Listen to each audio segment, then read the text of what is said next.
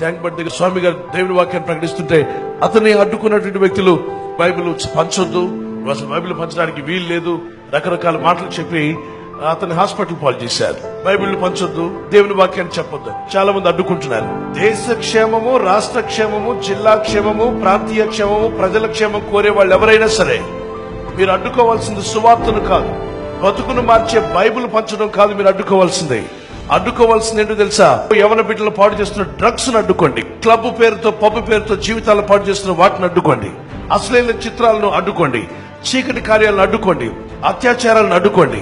మోసం చేసే వాళ్ళని అడ్డుకోండి. లంచగొండితనాన్ని అడ్డుకోండి. అడ్డుకోవాలనుకుంటే ఈ పొగ తాగుట అనేది పొగ అమ్మకుండా, అది తాగి అనేకులు క్యాన్సర్ వస్తుంది, అది రాకుండా దాన్ని అడ్డుకోండి. టొబాకో ఫ్యాక్టరీలు అడ్డుకోండి, ఎందుకంటే అవన్నీ అనేకులు కీడు కలిగిస్తున్నాయి. వైన్ షాప్స్ ఉంటాయి, మరి రకరకాలుగా తాగి ఎంతో మంది కుటుంబాల్లో నిరుపేదలు ఎంతో మంది దుఃఖం పాలవుతున్నారు. ఇంటికి తీసుకురాడు, కష్టపడిందంటే తాగేసి వస్తాడు. ఇంట్లో పిల్లలకు ఉండదు, భార్యకు ఉండదు, ఇంట్లో నడపడానికి ఉండదు.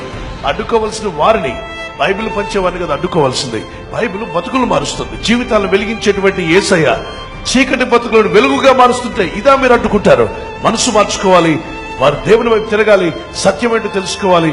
అడ్డుకోవాలనుకుంటే చెడుతనాన్ని అడ్డుకోవాలి తప్ప కీడు కలిగించేవారిని అడ్డుకోవాలి. అవును, ఒక మాట అడుగుతున్నాను, ప్రేమను అడ్డుకుంటే మిగిలేదేంటి? ద్వేషం.